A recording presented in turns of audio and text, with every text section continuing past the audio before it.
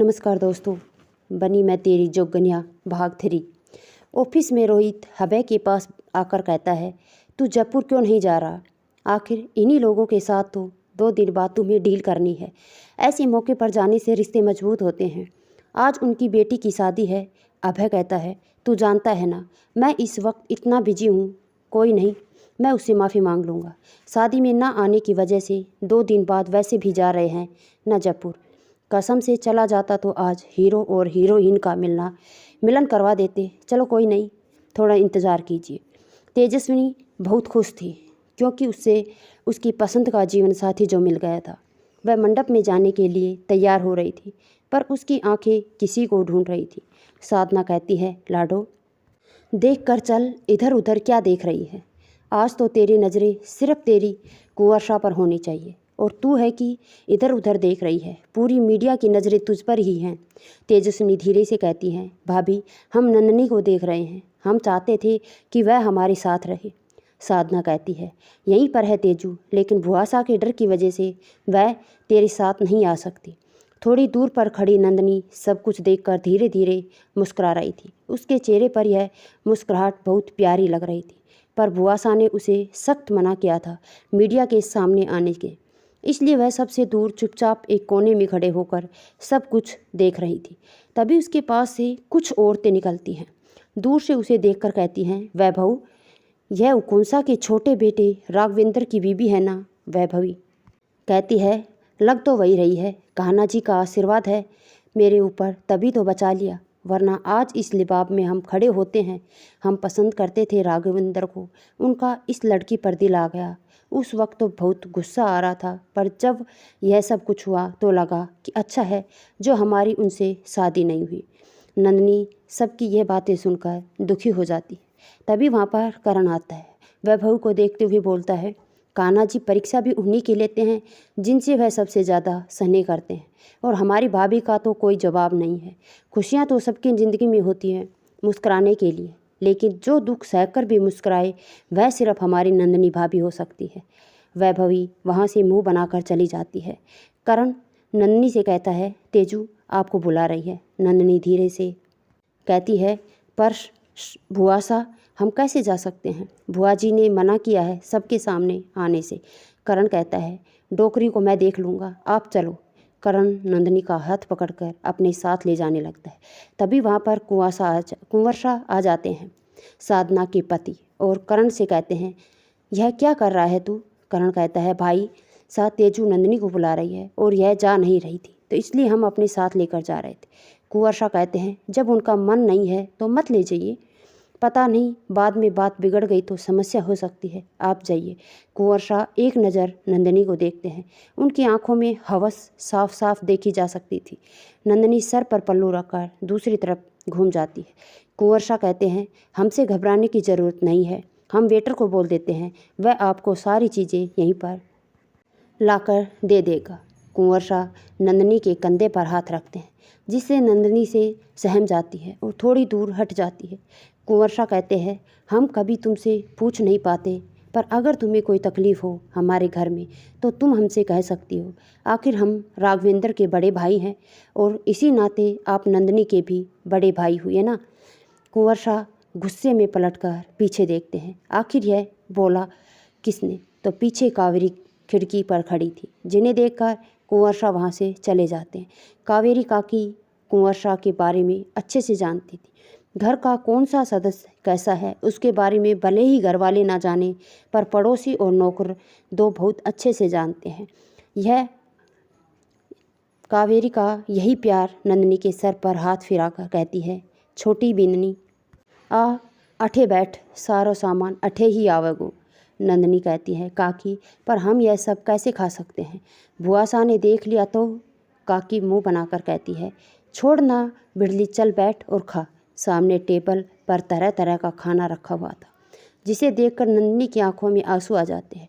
वह चुपचाप बैठ जाती है। कावेरी काकी प्यार से उसे प्लेट में खाना लगा कर देती है, ले बिंदनी खा ले। आज पूरे 1 साल बाद नंदनी इस तरह का खाना खाने जा रही थी, वरना आज तक उसे इस घर में सिर्फ रूखी सूखी रोटियां ही मिलती थी, क्योंकि भुआसा का कहना था कि विधवा ऐसा ही खाना खाती है। लेकिन हमारी नंदनी की किस्मत इतनी भी अच्छी कहाँ थी। बेचारी जैसे ही एक निवाला खाने को होती है हमारी वैप आ जाती है। थाली भरी होवे रे छोरी जगह अनर्थ करने जा रही से। 56 भोग थारे वास्ते ना है, चल जा खुद पका और खा। कावेरी का काकी कहती है, सुजाता तो बड़ी मोको बिंदनी ने थोड़ा चख लेने दे। बिल्कुल ना बुआ सा चिल्लाकर कहती है और आगे बढ़कर टेबल से सारा खाना नीचे फेंक देती है। नंदनी डर कर खड़ी होती है और रोने लगती है। बुआ सा उसका हाथ पकड़कर कहती है, थारे को ब्याह में शामिल होने को क्या क्या कह दियो, आपनो रंग दिखावन लागी, चल भाग अठे से। नंदनी रोते हुए वहाँ से जा रही थी, तभी सामने किसी से टकरा जाती। उस इंसान को देखकर जोर से उसे अपने गले लगाकर फूट फूट कर रोने लगती है। ये नंदनी की मासा थी। नंदनी रोकर कहती है, क्यों मासा, हमारे साथ ऐसा क्यों हो रहा है? क्या हम इतने बुरे हैं? मासा व्यवहार से उनके सर पर प्यार से उसके सर पर हाथ रखकर कहती है, नहीं मेरी लाडो, बुरी तू नहीं, बुरी तो मैं हूँ जो तुझे नरक से निकाल पा नहीं पा रही हूँ। बुआ सा गुस्से में नंदनी के मासा के पास आकर कहती है, अपनी छोरी ने समझा दे विधवाओं के तौर तरीके, वरना मारे से बुरा ना होवेगा। कावेरी का काकी मुँह बनाकर कहती है, वह तो थारे से बुरा कोई हो भी ना सके सुजाता। नंदनी अपनी मासा से दूर होती है और आंसू पोंछते हुए कहती है, आज इतने दिनों बाद आपको हमारी याद कैसे आई? नंदनी कहती है, हमें तो लगा था कि आप सब हमें भूल गए। बापू सा कैसे हैं? भाई सा और भाभी सा कैसे हैं? मासा उनके माथे को चूमकर कहती है, सब ठीक है मेरी लाडो, अपनी मासा को माफ़ कर दे, चाहते हुए भी थारे वास्ते कुछ ना कर पा रही हूँ। लाडो, हमारी बराबरी नहीं है। हुकुमसा से थारे बापू केदार हैं, उनके तेरे भाई साहब को विदेश भेजने के लिए हुकुमसा ने हमसे इतनी बड़ी कीमत मांग ली। हम जानते थे तेरी जिंदगी कांटों से भर जाएगी लाडो, तो यह सौदा कभी मंजूर ना करते। बेटी का दामन कांटों से भरकर बेटे की खुशियाँ हम कभी नहीं सजाते, पर तेरे बापू सा के आगे हम बेबस हो गए लाडो। नंदनी कहती है कि सब रहने दीजिए मासा, अब हमें किसी बात से कोई फ़र्क नहीं पड़ता, क्योंकि हम जान चुके हैं कि हमारी किस्मत में यही लिखा है। बस आपसे एक चीज़ मांगना चाहते हैं मासा, आंसू पोंछते हुए कहती है। बोल मेरे लाडो, क्या चाहिए था? नंदनी हल्के से मुस्कुराती है और कहती है, अब जब हमारी ज़िंदगी बेरंग हो चुकी है तो हम इस पर सिर्फ एक रंग चलाना चाहते हैं, वह है हमारे कहाना का हुकुमसा से किसी तरह बात करिए मासा, हम यहाँ से दूर मथुरा वृंदावन जाना चाहते हैं और अपना पूरा जीवन कान्हा जी की सेवा में बिताना चाहते हैं। दम घुटता है हमारा इस महल में। हम नहीं जानते थे भाभी सा बहुत प्यार करती हैं, पर वह भी हमारे लिए कब तक खड़ी रहेंगी? मासा, इस बड़े से महल में बहुत सी ऐसी चीज़ें हैं जो खतरनाक हैं। अगर हम यहाँ रहे तो शायद ज़्यादा दिन खुद को ना बचा सकें, इसलिए चाहते हैं कि हम यहाँ से कहीं दूर चले जाएं। बिल्कुल नहीं, यह नंदनी के बापूसा ने कहा था। सामने आकी बापूसा को देखकर नंदनी का चेहरा गुस्से से भर जाता है। उनके बापूसा उसे पास आकर कहते हैं, इस घर से तेरी आरती उठेगी, बस तू यहाँ से कहीं नहीं जाएगी। और मासा की तरफ देखकर कहते हैं, तुम यहाँ पर खड़ी खड़ी क्या कर रही हो? थोड़ी देर के लिए बोला था ना, तुम तो बेटी से चिपक ही गई हो। अरे यहाँ पर इतनी सुख सुविधाएं हैं, इसे इस बड़े से महल में रहते हैं और क्या चाहिए इसे? यह ठीक है, चलो यहाँ से। नंदनी मन में कहती है, सच है कान्हा, यह सब तेरी माया है। एक पिता अपनी बेटी के दर्द को नहीं समझता। इस दुनिया में हर रिश्ता सिर्फ मतलब के लिए है। नंदनी एक नज़र शानदार सजी हुई महफिल की तरफ डालती है और खामोश नज़रों से हवेली के अंदर चली जाती है। बहुत जल्द हम हीरो हीरोइन का मिलन कराने वाले हैं। अब नंदनी के बापूसा ना सही, पर हमसे नंदनी का दुख नहीं देखा जा सकता। नंदनी अपने कमरे में एक कोने में बैठी थी, सोचती है पिछले 1 साल में उसकी क्या ज़िंदगी थी और क्या हो गई, और फिर हो जाती है अपने अतीत के पन्नों में। नंदनी बड़ी प्यारी सी लड़की, जिसके लिए ज़िंदगी जीने का नाम है, हंसने का नाम है, खेलने का नाम। नंदनी ऐसी थी जो रोते को हंसा भी देती थी। एक जिंदा दिल लड़की, सबकी चाहती, सबकी लाडली। नंदनी के पिता हुकुमसा के लिए काम करते थे। नंदनी का एक भाई था, उसकी शादी हो चुकी थी। लेकिन उसके पास कोई काम नहीं था। उसने MBA किया था और विदेश में जाना चाहता था, पर उसकी माली हालत इतनी अच्छी नहीं थी कि वह विदेश जा पाए। एक दिन नंदनी अपनी सहेलियों के साथ हंसती खेलती कॉलेज से वापस आ रही थी। तभी उसकी नज़र छोटे सी बकरी के बच्चे पर पड़ती है जो बीच सड़क पर उछल कूद कर रहा था। नंदनी उसकी तरफ बढ़ती है, तभी सामने से एक कार स्पीड में चली आ रही थी। नंदनी जल्दी से दौड़कर उस बच्चे को गोद में उठा लेती है और चिल्लाकर कहती है, अंधे हो क्या, दिखाई नहीं देता। थोड़ी दूर पर चलकर गाड़ी बंद हो जाती है। नंदनी की सहेलियां कहती है, कुछ भी बोल देती है, पता नहीं कौन है गाड़ी में, चलो जल्दी यहाँ से।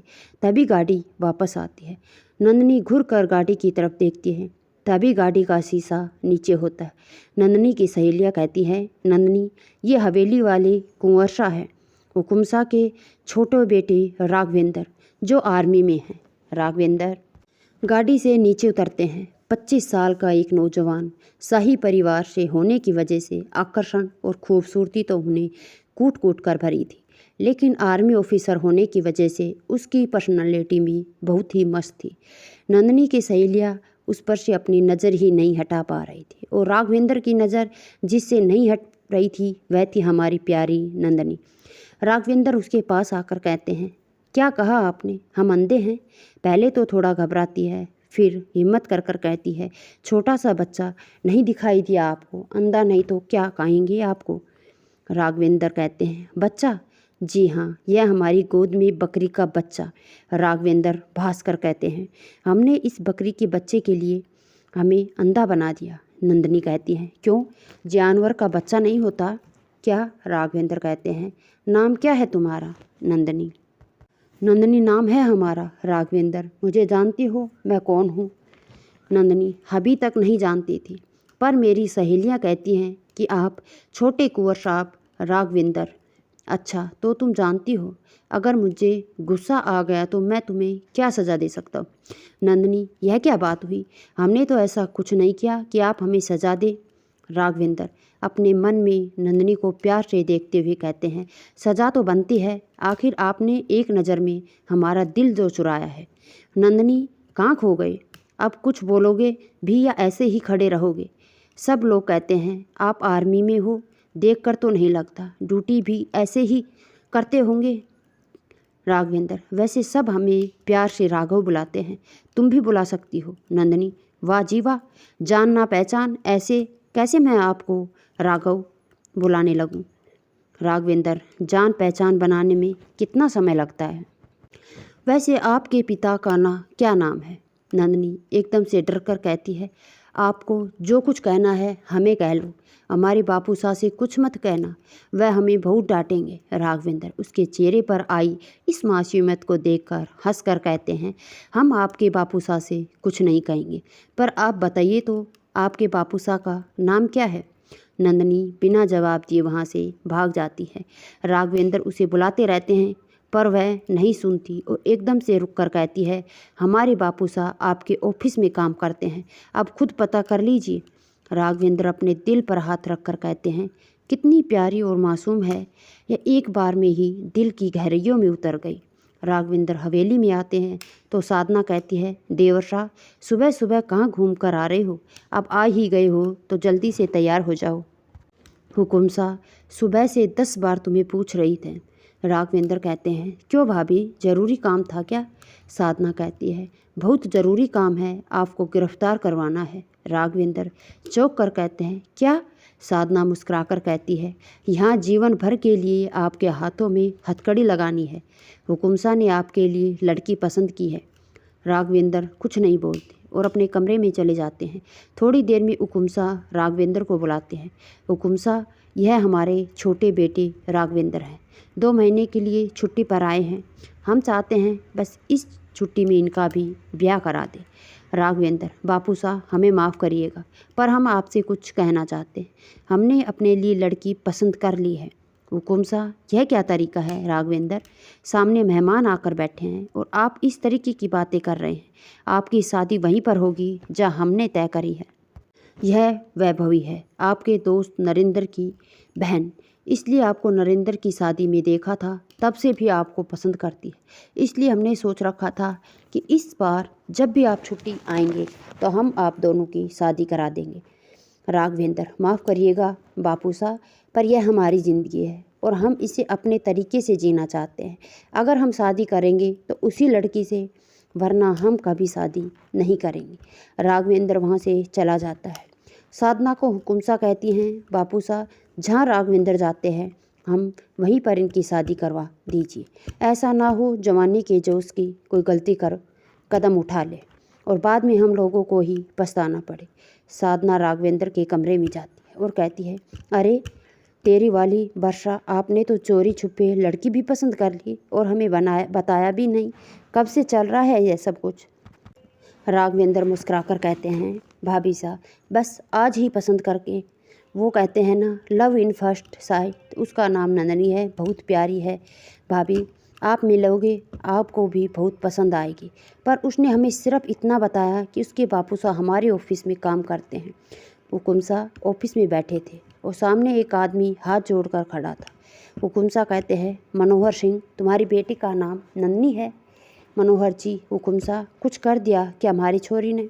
हुकुमसा, हाँ, क्या तो बहुत कुछ है उसने, इसलिए सोच रहे हैं तुम्हारी बेटी को सज़ा दी जाए, इसलिए तुमसे राय लेना चाहते हैं। मनोहर, हुकुमसा, माफ़ी दे दो, नादान बच्ची है, मैं समझा दूंगा छोरी ने। हुकुमसा मुस्कुराते हुए कहते हैं, मनोहर, हमारे छोटे बेटे राघवेंद्र जो कि आर्मी में ऑफिसर हैं, उन्हें तुम्हारी नंदनी बहुत भा गई है, इसलिए हम तुम्हारी बेटी को अपने खानदान की बहू बनाना चाहते हैं।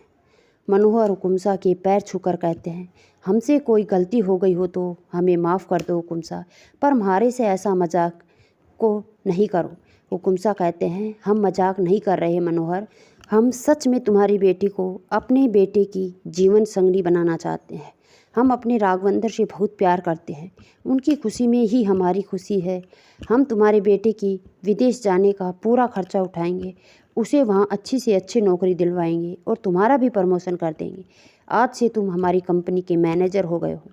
हुकुमसा राघवेंद्र के पास जाकर कहते हैं, कल आपकी सगाई है उस लड़की से जिसे हमने आपके लिए पसंद किया है, और अगर आपने इस सगाई के लिए मना किया तो आप अपने हुकुमसा का मरा हुआ मुंह देखोगे। राघवेंद्र ना चाहते हुए भी इस सगाई के लिए तैयार होते हैं।